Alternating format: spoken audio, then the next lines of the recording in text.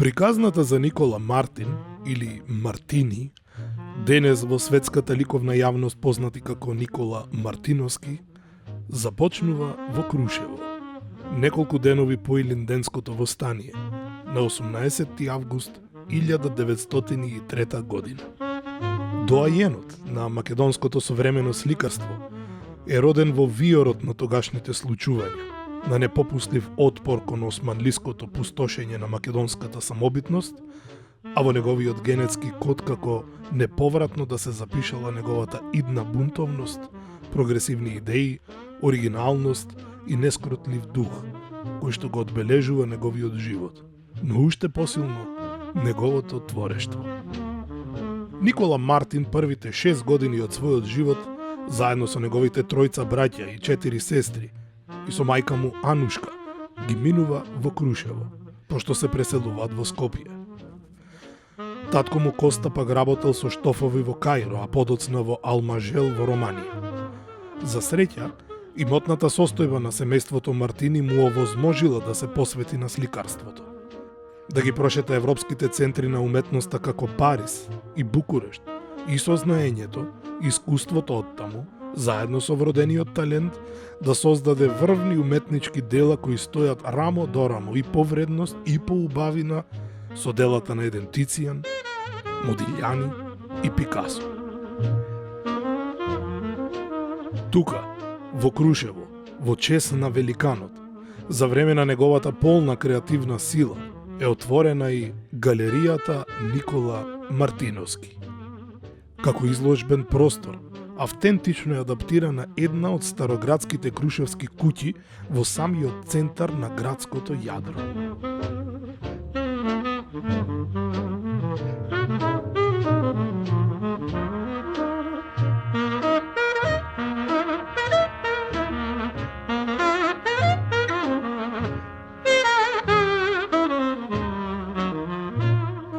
Срамежливо зачекоруваме во галеријата, надевајки се дека нашите стапки можеби барем за момент ќе се поклопат со неговите.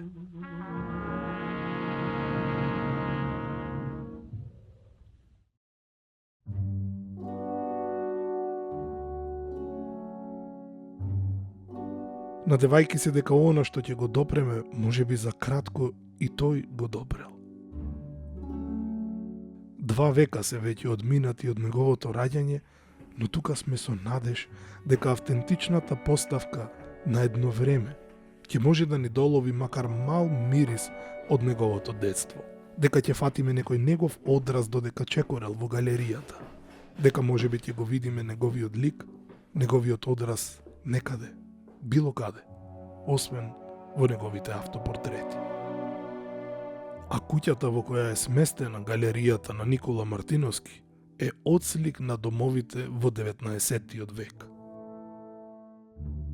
Божури, завеси, чаршафи, рачни изработки и вистински уметнички дела. Секоја соба за посебни адети, а се е некако на своето место. Како некогаш. Како сведоци на едно време и на едно детство. Во сличен амбиент растел нашиот великан Никола Мартиновски. 61 дело, избор од сите релевантни периоди на неговото сликарство, опфаќајќи го хронолошки речиси целиот сликарски и творечки опус, авторот ги подарува на галеријата.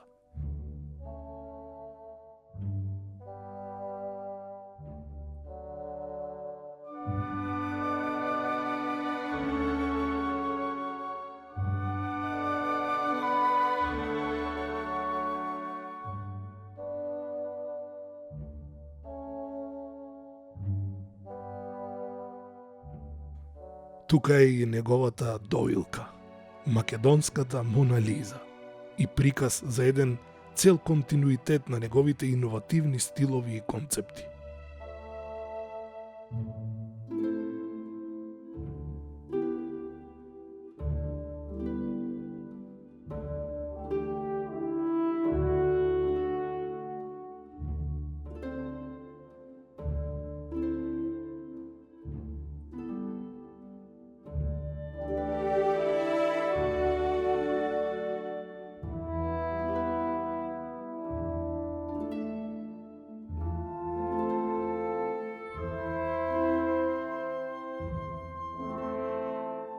Галеријата можеби содржи најцелосна, постојана, музејско изложбена поставка на делата на основоположникот на современата македонска уметност. За секое дело посебно и со исклучителна љубов ни раскажуваше кустосот Борис Марковски, кој е и автор на каталогот на изложени дела.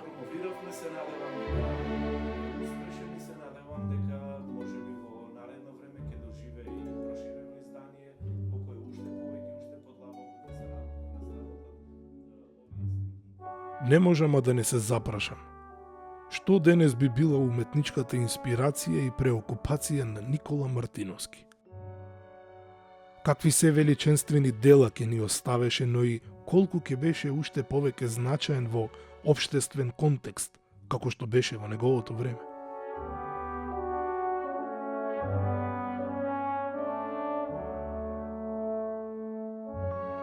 Оваа 2023 година одбележуваме 120 години од раѓањето на Никола Мартиновски, 50 години од неговата смрт и 55 години од основањето на галеријата на Никола Мартиновски. Но се прашувам, имаат ли великаните како Мартиновски рок на траење?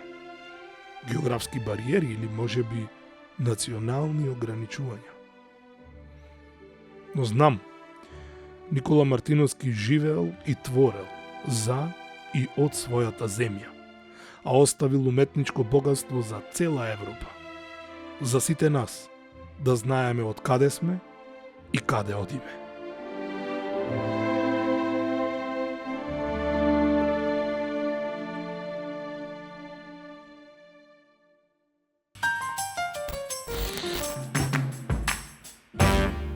И сега, ако треба да се зборува за Никола Мартиновски, кој е најсоодветниот човек што може да ни даде осврт на неговото значење, Кирил Пенушлиски. Благодарам бидејќи ни овозможи оваа уникатна пригода да ни дадеш осврт во суштина за кој е Никола Мартиновски, основоположникот на македонското модерно сликарство. Видите, прво треба да се потенцира дека тој е супериорен, барем во ликовниот израз, од многу од неговите современици.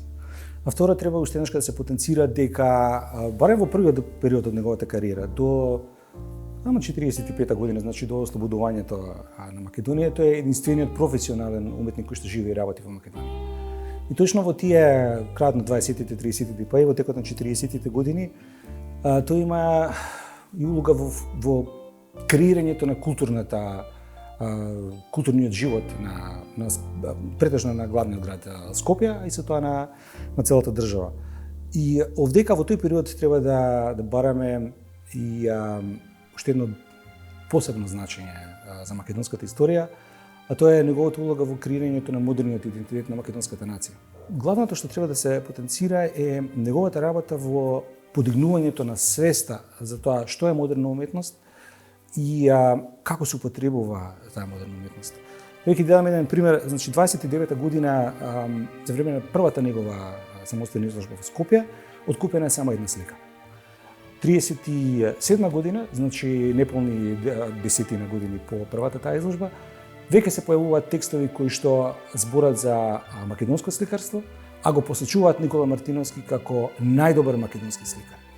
37 или 38 година скопскиот градоначалник и неговата канцеларија прават една нарачка кај Мартиновски и ова е резултатот. Станува збор за просјак, кој што и порано претходно се појавува во некој дел на Мартиновски. Интересно е дека има барем 3 подготвителни студии, цртежи кои што Мартиновски ги прави за оваа слика, кои што се разликуваат во мали детали, значи поставеността на нозете, поставеноста на раката, како изгледа лицето на моделот. Добро, тој социјален реализам е она што е знак за Мартиновски? Претежно луѓето кога размислуваат за тоа, за делата на Мартиновски, ги поврзуваат со тие мајки со дете. Сега, затоа што тој го слика македонскиот народ, човечката фигура е доминантна како тема во неговите дела, затоа се појавуваат модели кои што му се нему лесно достапни. Тоа се сиромаштијата во Скопје. Меѓутоа Мартиновски во исто време слика и други теми, обработува други сликарски теми, како што е например мртвата природа, кога што се појавуваат трендафили и разни други цвеќиња, а и работи како мртва природа со риби, пример пастрмките. Пастрмките не се нешто што сиромаштијата ќе го има. Ако сте сликар на социјалниот реализам, тогаш ќе сликате леб и сол, нема да сликате пастрмки. Мартиновски самиот вели дека оставил поголема трага во цртежот околу сликарството и неговите цртежи веднаш се препознаваат. Нема друга цртач не само во Македонија, но бившите југословенски простори кој што е толку моќен.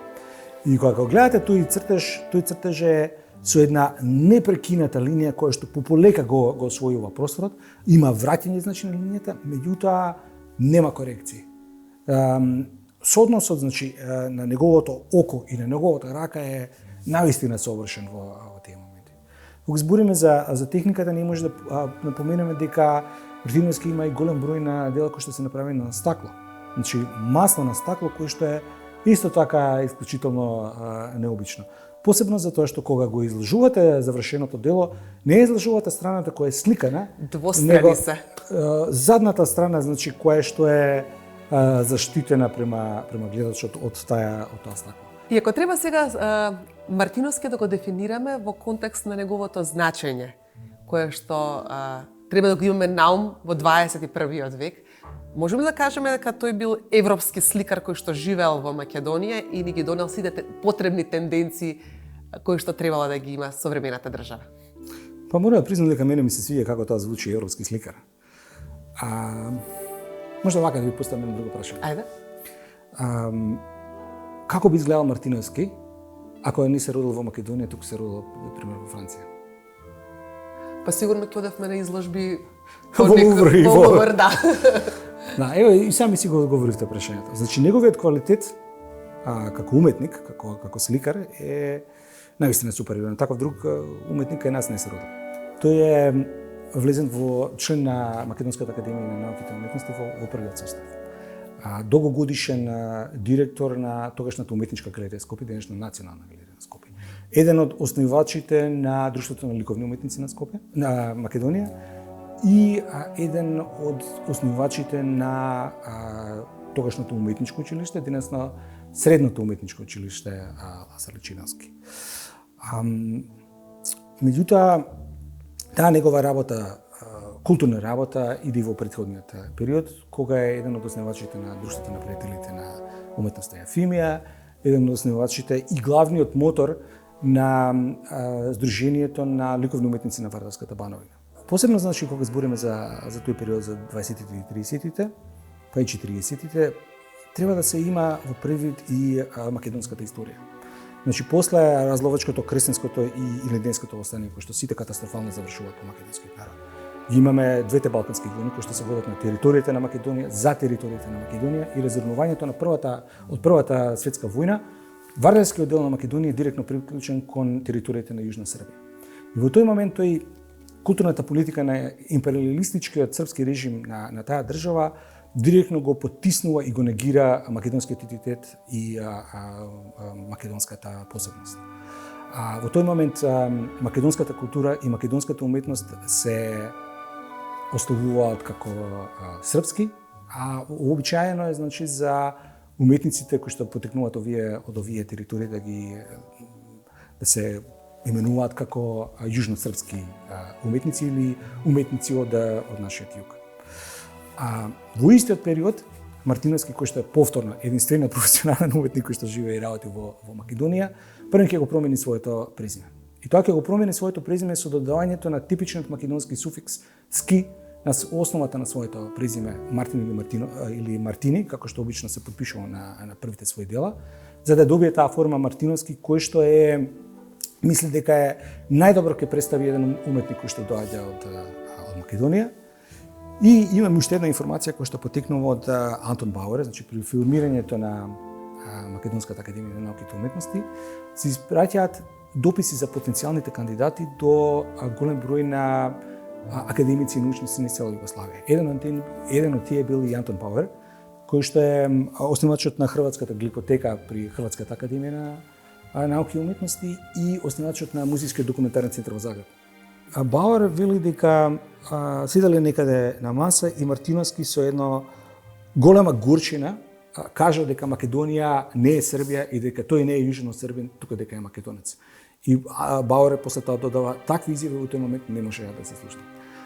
Овие две работи мислам дека баш го потенцираат јасните национални чувства на Мартиновски.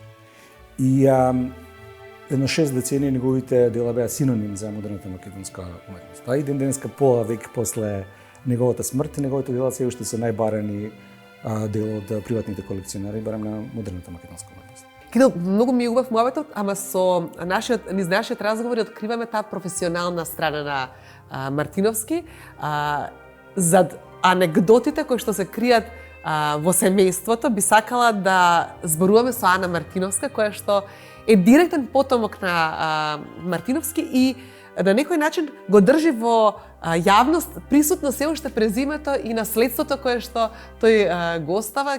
Ајде да зирнеме заедно, може не чека таа напред пред музеј да ја видиме што ќе ни раскаже таа за неа. Океј. Многу. Го разгледавме културниот и општествениот контекст на Никола Мартиновски, а што е она што е во рамки на семејството како заштитен знак за Никола? Па веројатно страста и посветеноста со која се однесува кон својата работа. Тој иако верувал дека талентот е многу важен, образованието е многу важно за сликарството, сепак мислел дека работата е клучна. И имал дисциплина неверојатна во однос на своите работни навики и бројот на часови кои ги поминувал во своето ателје, затоа што верувал дека секогаш може да додаде нешто ново, значи дури еден ист мотив, нели, циганките со дете, ако ги слика постојано низ децениите, со секој ново сликање да додаде нешто ново и да направи нова слика од истата, да речеме, од истиот модел или од истиот мотив. Значи не залудно има толкова продукција како што има и Кирил има простор за работа и веројатно ќе таа како цикл уште долго во твој професионален ангажман. Баје книги кои што за Мартиновски треба да се напишат. Супер. Благодарам многу. Благодарам вам. А ние идеме сега да го разгледаме приватниот, што е оно што се случува во рамки на семејството. Фала многу.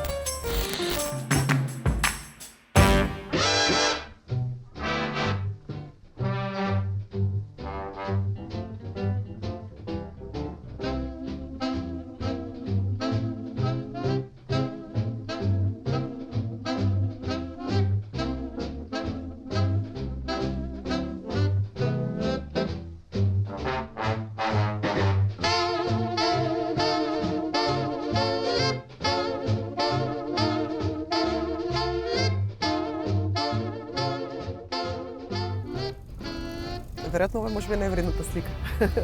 Да, Еден. многу емоција има во таа слика, се гледа. Љубовта баш е видлива, нели вака на прв поглед. Бидејќи имал синови, бил многу среќен што првото внуче му е женско. Раскажува дека кога сум се родила, застанала пред портретот на мајка му и рекол се роди Ана, јас го носам нејзиното име, значи Анушка е неговата мајка. И меѓутоа, за жал, не го дочека ствари првиот роден ден, туку почина непосредно предходно. Добро, Ана, ти си првата внука на Никола Мартиновски. И кој е Никола Мартиновски надвор од општествениот контекст кој што го знаеме ние, за кој што досега зборувавме? Па и може да се разгледува надвор од контекстот, ама и не може сосема, затоа што се она што е таа негова јавна фигура е голем дел од она што и приватно го имал. Сега, да се разбираме, нели, моите спомени не се директни, туку се индиректни од тие, да речам, повеќе легендарни од сите анегдоти кои во семејството се раскажувале. Меѓутоа, има еден момент во кој и по неговата смрт, дел од таа негова јавна фигура беше на еден начин чуден присутна во домот. Прво затоа што беше домот отворен секогаш за многумина и затоа што многу од тие негови пријатели кои исто така беа дел од јавниот живот на Скопје во тие 60-70 години продолжија да доаѓаат во домот и јас се сеќавам, да речеме, на скулпторот Благој Чушков, на Јони Мара Исаја, глумците, на таа прва генерација на културната сцена и интелектуална, ако сакате, елита некаква на основоположници на современата култура во Македонија во различни области на културата. Тие беа тука кога додека растев, а преку нив на еден начин беше и тој, бидејќи постојано се споменуваше. И особено на Свети Никола, тоа беше една, неговиот именден кој се прославувал и додека тој бил жив, и тоа била голема фешта. Така беше и мислам додека баба ми беше жива, тоа продолжи онака во 3 простории полни трпези и полни луѓе во кои го доживувате тоа тој боемски малку стил на живење, меѓутоа и таа граѓанска култура која што да речеме не е типична за македонското општество во тоа време. Тоа е сепак еден слој на луѓе кои се навикнувал на некакви европски манири во однесувањето. И каков однос имаше ти кон тие дела во таа детска фаза? Со опоменување, биди внимателна, ова се делата на дедо ти, или со однос дај да видам кој бил дедо ми преку ова што е насликано туку на платново? Никогаш во моето семејство немало некаква, не се дигала фама околу тоа кој бил дедо ми. Мислам дека за вистинските, да речам, државнички и уметнички квалитети сум дознала подоцна во текот на моето образование. Меѓутоа, сепак сум растела, а теглието во кое сликал дедо ми беше исто и нечепнато 20 години по неговата смрт. Баба ми како реликвија го држеше и меѓутоа ние уживавме да побегнеме на горниот кат од куќата, бидејќи тоа беше еден фасцинантен простор од 100 и нешто квадрати со дупла висина и стаклен кров, заради светлото кое му било потребно за сликање. Тука беа параваните зад кои се облекували, тука беа дел од тие облеки на кои ромките кои ги сликал ги облекувале.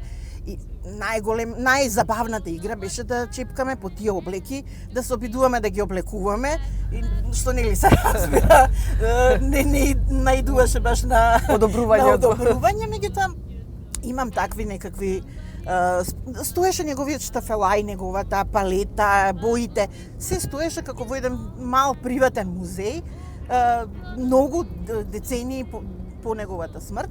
Во тој простор, каде што беше ателието, сега е мојот стан во кој јас живеам, така да духот и атмосферата се обидувам да ги продолжам и натаму. Се обидуваш неговото творештво да го направиш и повидливо, надвор од галериите, од уметничките контексти, па и токму на твоите дела се наоѓаат и негови слики, иако вредно да се спомене дека тој има и работено како дизајнер токму во тоа време од својата кариера. Ова се две од моите книги во кои работам на еротски теми и нели се логиката беше веднаш имајќи ги еротските мотиви над зидовите околу мене, некако јасно беше дека сакам тие слики да ги илустрираат моите книги.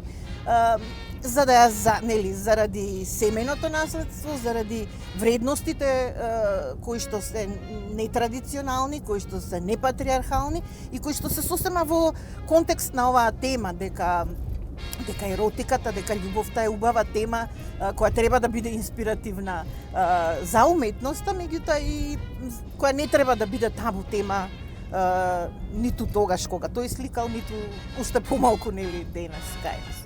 Го заокружуваме овој разговор со сублимат. Дали имаш твои омилени дела кои што ти го бележат животот наспроти делата кои што ги имаш во твојот дом? Мојата врска со сликите е пред се емотивна.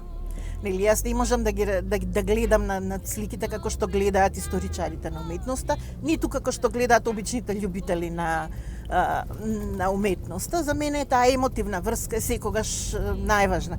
По таа линија највеќе сум врзана со сликите кои стоја во домот на моите родители, оние кои кога бев дете ми беа пред очи секојдневно. Да речеме, најважна ми е сликата која моите родители ми ја подарија кога дипломирав. Тоа е една циганка со дете, која беше нивниот дипломски поклон, која што емотивната врска е тука сега најважна.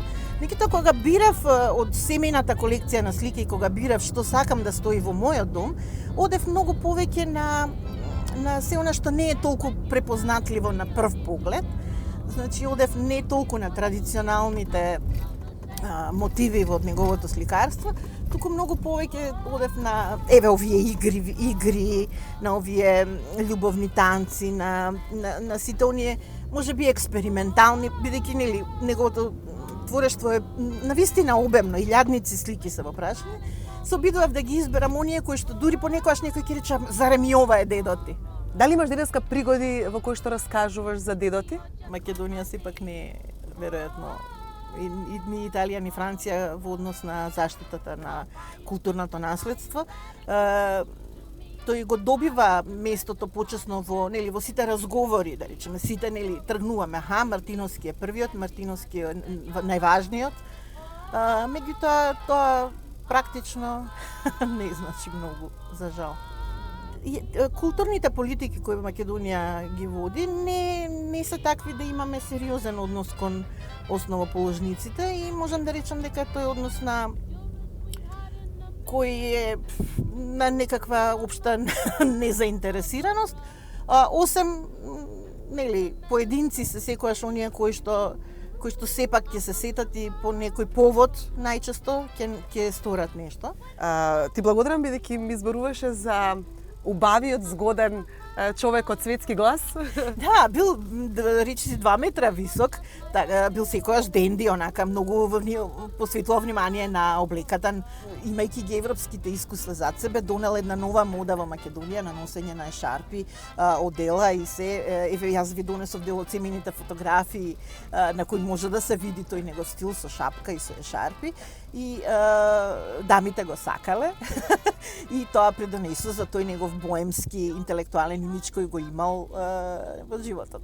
Некаде прочитав во описот за него вели кога влегувал Никола Мартиновски просторот се полно.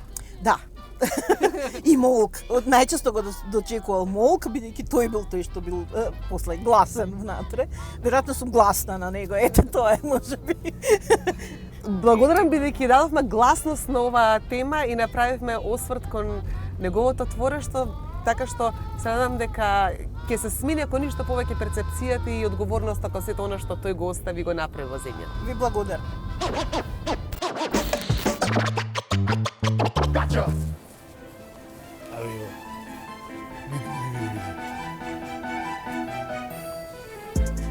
Гледај, Стефче, а? Се е великани до великани. Види. Убајна е. Ха-ха. А денес, Стефче, честа му припадна точно на овој великан.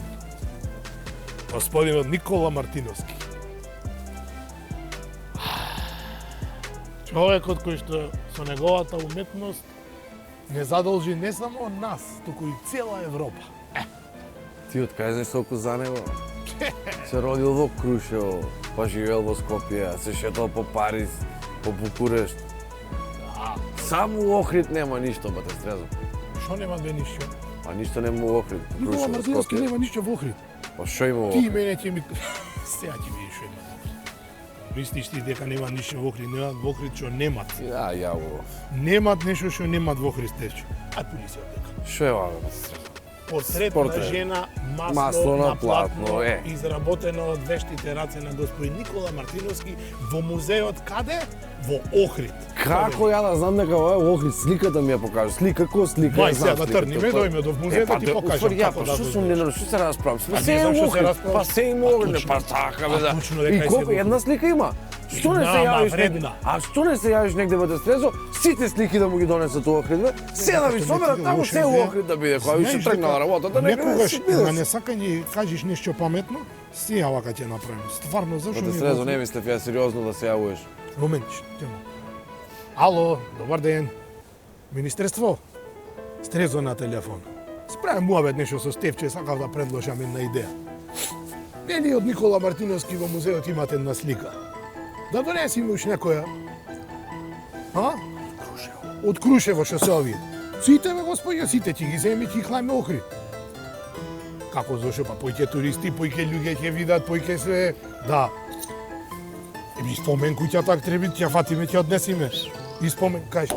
А, убава идеја ми дава Стефчо. И ова што е спомеников. Да. Да, целиот, да. Не, ова долу не мора, ама ова горе само што е, да. Ево ти матув се, зашто се вреѓаме сега вака. Абе, јас сериозно ви правам муабет. Ухрид, покрај езеро ќе ја клајме, покрај Капачов што е онај, покрај него Убајна, тука мој да стои, стварно имаат бродови, не ова вакви вештачки, природни бродови, што се мрдет од една аму на таму. Абе појке холанѓани, французи, значи како да ви кажам, многу појке. Ало, исклучи. Тоа е несериозна работа.